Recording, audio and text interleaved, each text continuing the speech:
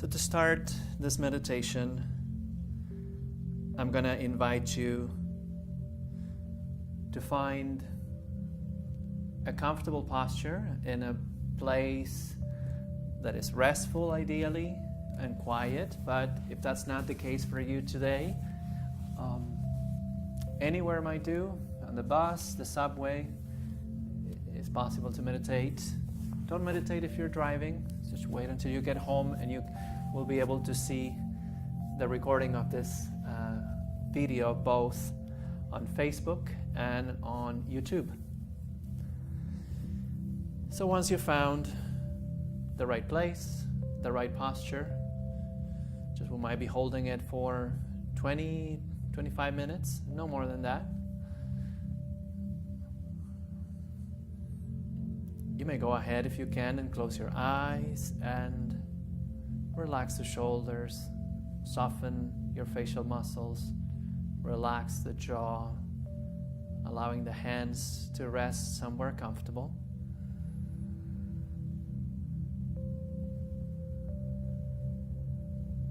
And start noticing your breath, letting it flow very gently in and out of the body.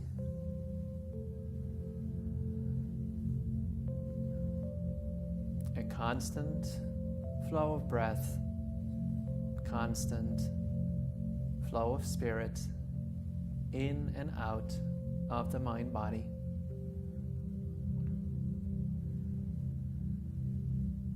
Be still and know that I am God. Be still and know that I am God. Be still and know that I am God. Make this your centering prayer in between readings, if that helps.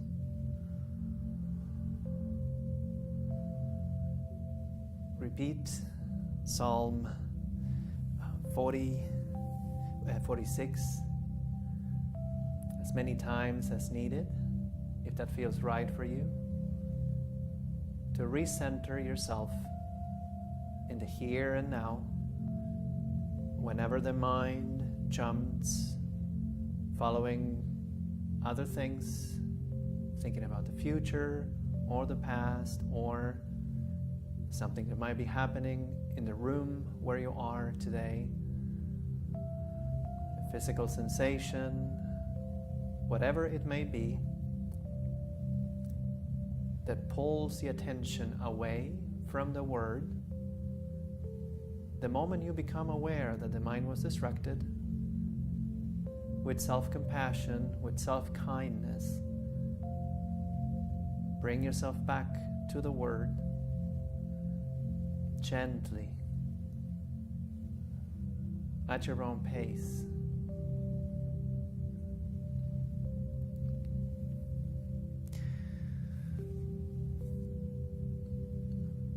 Let the Spirit flow. Through the Spirit, God reveals to us what no eye has seen, nor ear heard, nor heart conceived, because the Spirit seeks everything, even the depths of God. So let us invite the Spirit to guide us through this divine reading of Isaiah chapter 9, verses 1 through 4.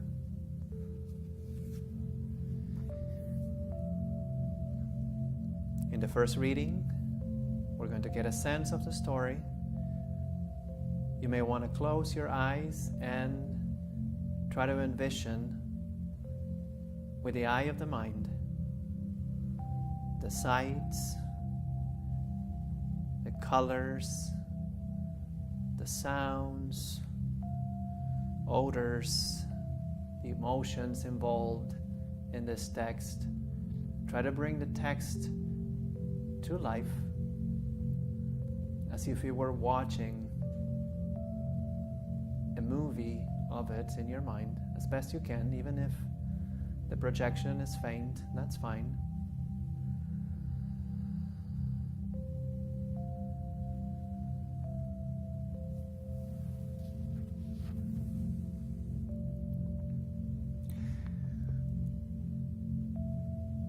But there will be no gloom for those who were in anguish.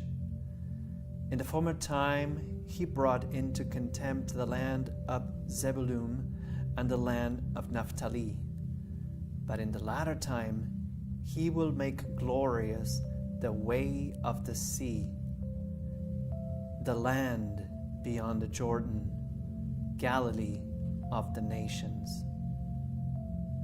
The people who walked in darkness have seen a great light. Those who lived in a land of deep darkness, on them light has shined. You have multiplied the nation. You have increased its joy. They rejoice before you, as with joy at the harvest. As people exult when dividing plunder, for the yoke of their burden and the bar across their shoulders, the rod of their oppressor, you have broken as on the day of Midian.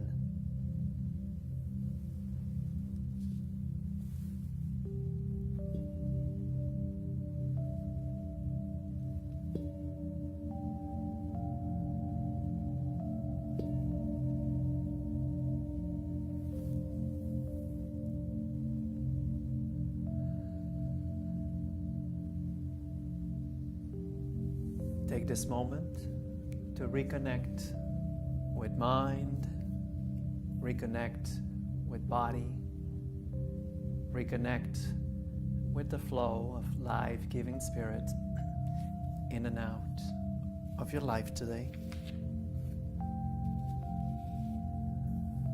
Letting the Spirit reveal what is concealed.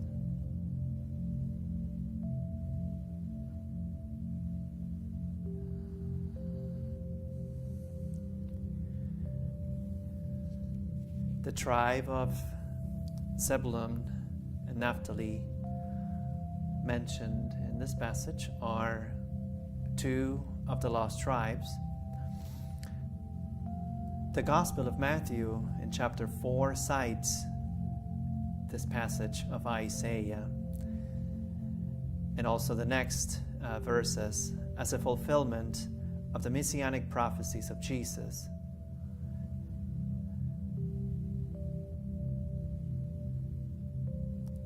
In northern Israel, towards the sea beyond the Jordan refers to the geography from the viewpoint of the Assyrian invaders. To them, the region of Zebulun and Naphtali would be across the Jordan River on the way to the Mediterranean. Isaiah is writing these passages at a time when there's tumult, there's instability in the kingdom of Judah. The Assyrian Empire is rising, conquering kingdom after kingdom. Darkness seems to be covering the land. The kingdom of Israel in the north has fallen to the Assyrian invaders.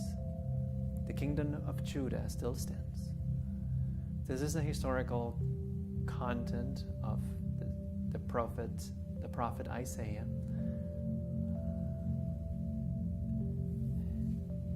In the second listening,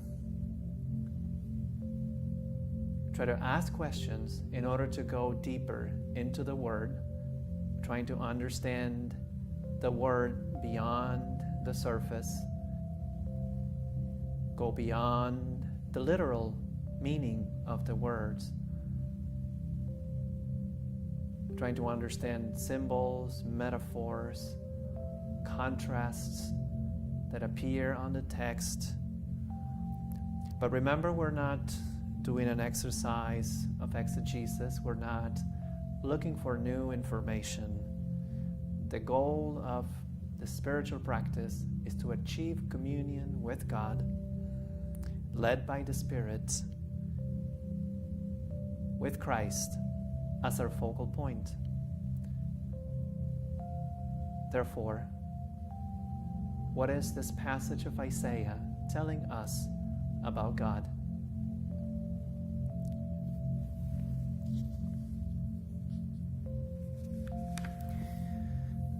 But there will be no gloom for those who were in anguish. In a former time he brought into contempt the land of Zebulun and the land of Naphtali. But in the latter time he will make glorious the way of the sea, the land beyond the Jordan, Galilee of the nations. The people who walked in darkness have seen a great light. Those who lived in a land of deep darkness, on them light has shined. You have multiplied the nation. You have increased its joy. They rejoice before you, as with joy at the harvest, as people exult when dividing plunder. For the yoke of their burden and the bar across their shoulders, the rod of their oppressor, you have broken as on the day of Midian.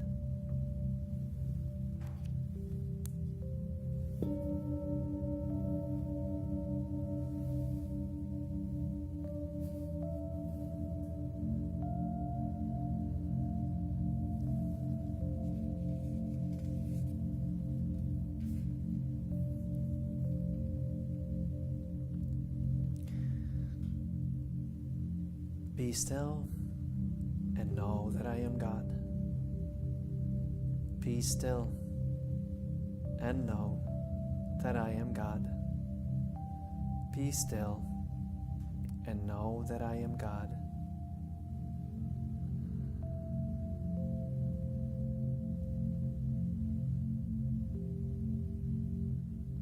As you reconnect with mind, as you reconnect with body, as you reconnect with the flow of breath,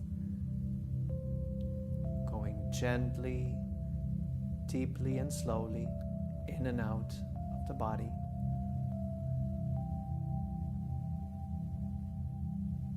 I'll introduce the third reading. And this time is the time to turn the attention inwards.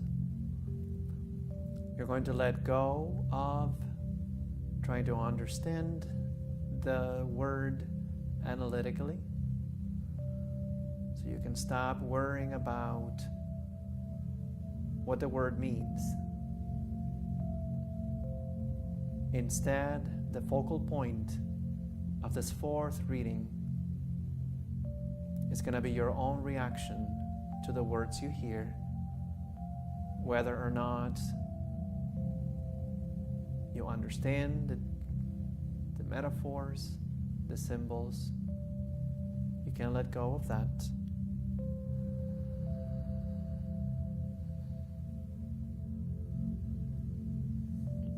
Notice these emotions that surface.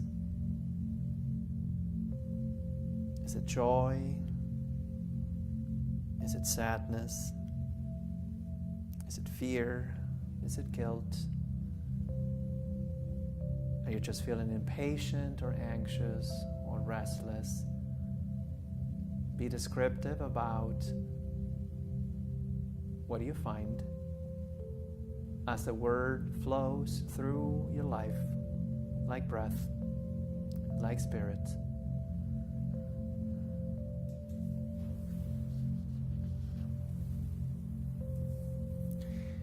But there will be no gloom for those who were in anguish. In the former time he brought into contempt the land of Zebulun and the land of Naphtali. But in the latter time he will make glorious the way of the sea, the land beyond the Jordan, Galilee of the nations. The people who walked in darkness have seen a great light. Those who lived in a land of deep darkness, on them light has shined. You have multiplied the nation. You have increased its joy. They rejoice before you, as with joy at the harvest, as people exult when dividing plunder. For the yoke of the burden and the bar across their shoulders, the rod of their oppressor, you have broken as on the day of Midian.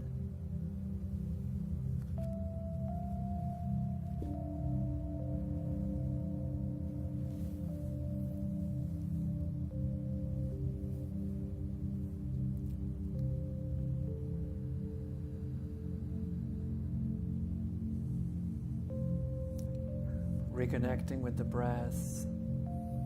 Be still and know that I am God.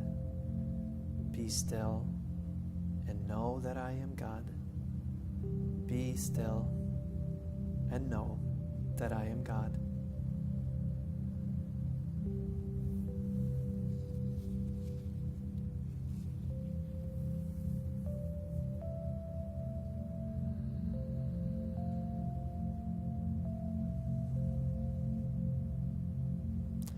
For this fourth and final reading, we're going to let go of making any effort, not only to understand, to analyze, to interpret, but also to follow our own emotional reaction. Simply be quiet, be still, and be at rest. Allow the mind to be free. Allow the mind to follow the word as you continue to allow the word to enter deeply with the Spirit, one breath at a time, into every cell of the body, into every corner of the mind.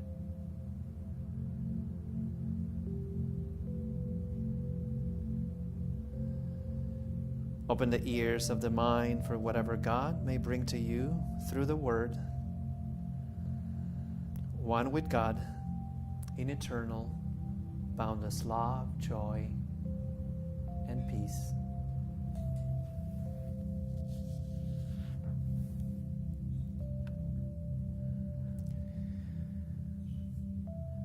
But there will be no gloom for those who were in anguish. In the former time, he brought into contempt the land of Zebulun and the land of Naphtali. But in the latter time, he will make glorious the way of the sea, the land beyond the Jordan, Galilee of the nations. The people who walked in darkness have seen a great light. Those who lived in a land of deep darkness, on them light has shined. You have multiplied the nation. You have increased its joy. They rejoice before you, as with joy at the harvest, as people exult when dividing plunder. For the yoke of their burden and the bar across their shoulders, the rod of their oppressor, you have broken as on the day of Midian.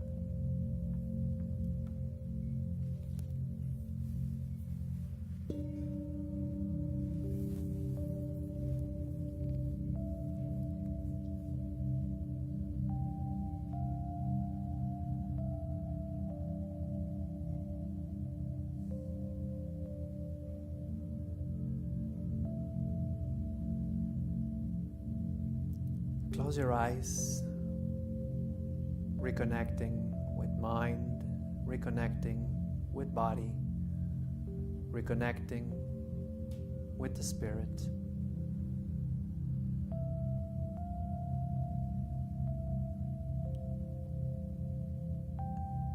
Let go. If you wish,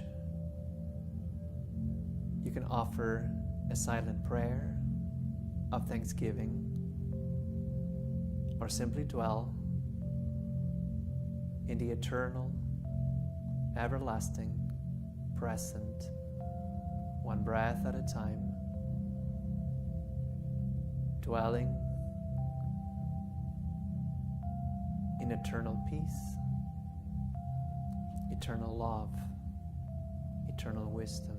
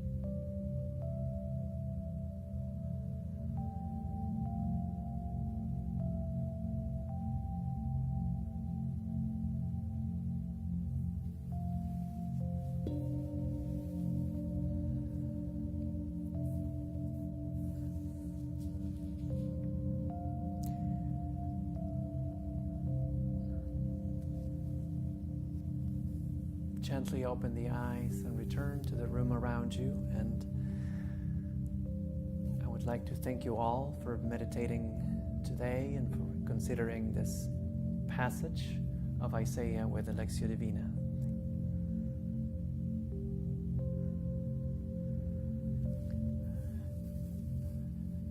So for those of you still there, if you had any thoughts, any insights, any word that struck your attention, anything that may have happened to you at any particular time during this meditation, please, you can share it now. You can let us know on our group.